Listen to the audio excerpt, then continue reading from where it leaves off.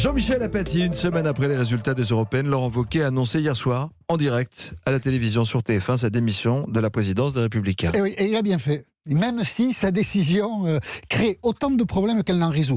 Pourquoi je dis qu'il a bien fait? Parce que le score de dimanche l'a privé de toute autorité. Les Républicains, grand parti de gouvernement à 8%, évidemment, c'est une bérésina, donc il paye à la note. Ça, c'est normal. Sa stratégie depuis 2 ans était mauvaise. Courir après le Front National, ça marginalise la droite républicaine, parce que la droite républicaine, c'est beaucoup de familles, beaucoup de sensibilités. Donc Laurent Wauquiez n'a réussi en 2 ans à n'incarner que la sensibilité la plus radicale. Donc oui. C'était un échec. Et puis alors ça, c'est sa faute. Laurent Wauquiez s'est débrouillé pour qu'on pense que une fois sur 2, quand il ouvrait la bouche, il mentait. Alors ça, c'est un problème de personnalité majeur.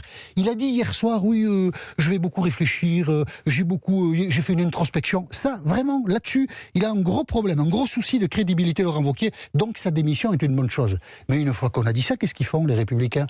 Quelle est la personnalité qui, en leur sein, est capable de fédérer toutes les sensibilités de la droite française? Il n'en existe pas. Quelle est la personnalité qui a l'autorité, non pas pour être candidate à l'élection présidentielle de 2022, parce que c'est beaucoup trop loin 2022, mais pour donner le sentiment aux Républicains que cette personnalité peut les aider à construire un parti qui sera gagnant à l'élection présidentielle? Ça n'existe pas. Valérie Pécresse est trop critiquée par certains, Xavier Bertrand est à l'extérieur, Bruno Retailleau c'est tout frais, tout neuf, et puis il y a les petits jeunes.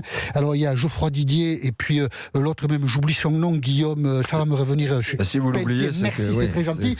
Qui ont fait un demi-tour, 3/4 comme seuls les politiques en font quelquefois, c'est-à-dire retourner la veste pour dire « Oh mais comment, mais nous Wauquiez, on n'a jamais travaillé avec lui ». Enfin, tout ça, c'est un parti extrêmement malade. Et le souci de celui qui va reprendre la boutique, c'est de faire revenir les électeurs qui sont partis soit au Rassemblement National, soit à La République En Marche, ou qui sont dans l'abstention. Et puis il faut bien voir ce qu'est l'histoire de la droite française depuis 2012, c'est-à-dire depuis l'élection perdue de Nicolas Sarkozy. Ça a d'abord été une guerre épouvantable entre Jean-François Copé et François Fillon, le retour manqué de Nicolas Sarkozy, là-dessus l'affaire Big Malion, il y a un procès dans quelques mois, l'échec d'Alain Juppé quand il a voulu lui aussi revenir, les casseroles de François Fillon. C'est un parti qui a connu mais c'est un désastre, l'histoire de ce parti depuis quelques années.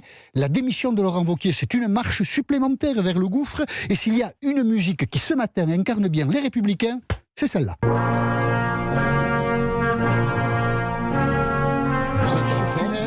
Frédéric Chopin. Chopin, on avait reconnu, mais vous êtes en forme. Quelqu'un qui n'aurait pas reconnu. On peut se tromper. Hein. Oui, c'est ça. J'aurais pu dire Beethoven, sur un malentendu. Mais c'est bien Chopin. Vous savez quoi, vous allez rester avec moi, parce qu'à 7h45, si vous êtes d'accord, Jean-François Copé sera là, et puis on discutera ensemble avec lui pour essayer de comprendre ce qui se passe du côté des Républicains.